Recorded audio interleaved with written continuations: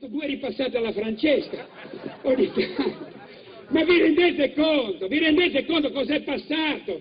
È da anni che noi abbiamo una protezione civile che è un SPA, è da anni che stanno stravolgendo tutta l'economia di bilancio statale, è da anni, dal giubileo, fanno risultare cose normali come emergenze, come la gara di ciclismo, no? Sono le Olimpiadi del mondo di ciclismo, abbiamo speso 72 milioni per far andare della gente piena di siringate in bicicletta, 72 milioni, gli stessi campioni del mondo l'hanno fatto a Mendrisio, in Svizzera ha speso 8 milioni, noi 72 per l'emergenza dell'Aquila. Sono arrivati lì, ci sono 17.000 nelle casette tutte prefabbricate perfette, quelle viste in televisione, e 45.000 che sono sparsi nelle tende, 45.000, e il centro ancora diroccato. Sono dovuti entrare con le carrette a prendere i pezzi. Perché? Dovevano mettersi lì, imprese cittadine abruzzesi, ricomporre i rifiuti, i pezzi di terra, i pezzi di roccia, ricomporre le case, farle antisismiche, non prendere i detriti e considerarli rifiuto solido urbano, quindi non c'è più la città, non c'è più il centro, non c'è più niente, come se una casa fosse una casa di legno col terrazzino, 2 fiori, il rampicante, la casa è un'altra cosa. E allora abbiamo una protezione civile che ha permesso di fare case di gesso, di polistirolo. Io non voglio essere protetto da gente così. Io voglio che ci sia un finanziamento dello Stato per la prevenzione civile, non la protezione. Prevenire, allora mi fai una casa che resiste e non mi fai una casa per poi proteggermi quando crolla. Questo paese, ecco, mi devo calmare, ecco, io lo so, capisco, spunto, ecco, le prime file. Ma perché vorrei essere come Marco Travaglio, io come lo invidio, lui non suda neanche, parla sempre perfetto, lo offendono, sgarbi, bastardo, pezzo di merda, lui alza un sopracciglio con questi occhi azzurri, li guarda, tu hai preso una multa nel luglio del 1960, io sono un altro carattere, e allora voglio dire, e allora hanno detto che io aggredisco, che siamo l'antipolitica, che gridiamo. E allora dicono che bisogna togliere la corruzione dalla politica. 2 giorni fa, noi 3 anni fa, nel 2007, abbiamo fatto il primo Videi, che era una parolaccia, Videi, poi la Cassazione ha detto non è una parolaccia, è un consiglio turistico sessuale, non è una parolaccia. Il vaffanculo di dire basta, il cittadino si ribella. Era bella questa cosa, ma poi non ci siamo limitati al vaffanculo. Siamo scesi in piazza 1,5 milioni dalla rete, da internet.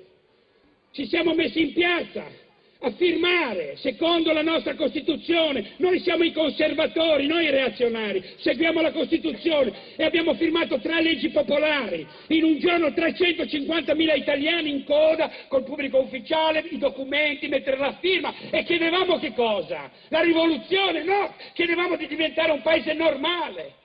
Abbiamo chiesto almeno di togliere dal Parlamento i condannati in via definitiva 3 volte. Quelli almeno condannati 3 volte metteteli via. Quelli 2 lasciateli ancora un po', ma 3! E abbiamo avuto un risultato straordinario. Erano 19, adesso sono 23. Allora, abbiamo chiesto di dire, ma porca puttana, abbiamo bisogno di un ricambio generazionale, sì o no? E allora 2 legislature poi vai a casa. 2 legislature significano 10 anni, non 6 mesi. Il più grande statista che abbiamo avuto noi, De Gasperi, ha fatto politica dal 48 al 56, 8 anni. E chi ti ha dato la delega a Fassino, a D'Alema, a Violante? Chi gli ha dato la delega per stare lì 30 anni, 35 anni? E poi abbiamo firmato la cosa più straordinaria sotto i nostri occhi. Noi non percepiamo più le cose incredibili, siamo talmente abituati a passare su qualsiasi cosa che siamo andati a votare senza il voto di preferenza. Quindi se tu non voti un tuo rappresentante scelto da te, non c'è la base della democrazia. Io ho preso i 2 costituzionalisti che scrivono sulla rete. Gli ho detto fate una lettera, la mandiamo all'Alta Corte dell'Unione Europea. Abbiamo scritto ma è vero, abbiamo avuto delle elezioni falsate senza il voto di preferenza. Ci hanno scritto una risposta, hanno detto è vero, siete andati e questo governo è anticostituzionale, senza il voto di preferenza è anticostituzionale. E allora oggi ci troviamo 1000 parlamentari che non sono stati eletti dai cittadini, dal popolo sovrano, sono stati nominati da 5 segretari di partito, sono coalizioni, sono coalizioni, c'è di tutto lì dentro. E allora un giorno mi sono incazzato perché 3 anni, le 350.000 firme sono in un cassetto di Schifani, e Schifani in base a queste elezioni ieri ha detto ma non bisogna, se ci sono le firme o non ci sono le firme, non bisogna guardare la forma, bisogna guardare il contenuto, cioè la gente deve votare, ma poi se i voti sono finti, chi se ne frega, guardiamo il contenuto, e lo dice Schifani. Allora vorrei rivolgere una domanda a Schifani: Schifani, le 350.000 firme di cittadini che hanno firmato, che hai in un cassetto, sono forma o sono sostanza o sono... che cosa sono? Bene, allora un giorno mi sono incazzato e sono arrivato a una cosa che non avrei mai creduto fosse possibile. Forse sto andando via di testa anch'io, mi sono fatto un video da solo, dicendo alla Commissione Affari Costituzionali: vogliamo una risposta di dove sono andate a finire le firme per il Parlamento pulito. E l'ho indirizzato questo video al Presidente della Commissione, Vizzini. E ho detto: Vizzini, se non dai una risposta, ero incazzato col video, se non dai una risposta io ti prometto che 350.000 cittadini ti pedinano, tutti i giorni ti seguono, ti facciamo un culo così, dove ti muovi ci sarà uno che ti dirà dai, dove sono le... te lo meneremo a sangue. Si è talmente spaventato che a mezzanotte mi ha chiamato sul cellulare e mi ha detto: venga che ci dobbiamo vedere un attimo. Ah sì?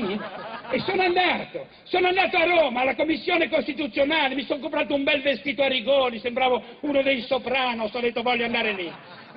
Stavo entrando nella commissione, mi chiama, arriva Vizzini, il Presidente, mi dice: prima dobbiamo avere un colloquio, venga nel mio ufficio. Io dico: che colloquio? Privato. Ho detto: colloqui privati io vorrei evitarli, venga, e ci sediamo lì nel suo ufficio. E mi fanno questi consigli velati, minacce velate, questi consigli, e ti dicono: stia molto attento a come parla. Qui non è in una piazza che manda a fanculo la gente, qui è in un organo istituzionale, stia molto attento. E mentre mi dice stia molto attento, ve lo giuro sulla mia famiglia, si è aperto la porta, è entrato un commesso e gli ha dato un avviso di garanzia a lui, pensate un po'. E mentre io entravo in commissione, lui, il Presidente, usciva.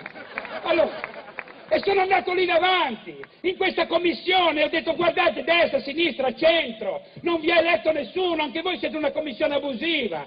Abbiamo 1000 parlamentari, tra cui voi, non rappresentate nessuno vi ha portato lì, c'è di tutto. Oggi c'è di tutto in Parlamento. C'è mignotte, c'è qualsiasi cosa, P2, massoni, Confindustria, banche, 'ndrangheta, e mi scappa, dico c'è di tutto, e poi dico ci sono anche, e se mi è consentito il termine, alcune zoccole. Non succede niente, Io finisco il mio discorso perfetto, e questo a luglio. 15 giorni fa, mi arrivano 19 denunce di 19 presunte zoccole. Ve lo giuro, più un uomo, uno zoccolo, c'era anche un uomo. Ora pensate, tutte denunce fatte dall'avvocato Bongiorno, quella di Andreotti. Allora mandano 19 denunce di 19 presunte zoccole. Il procuratore ha detto: ma cosa siete scemi, non si può fare una causa così a meno che voi non fate una constatazione amichevole di zoccolaggine. Allora, ora pensate voi, non riescono neanche a fare una denuncia, non riescono neanche a portare delle firme, e vorrebbero governare cosa?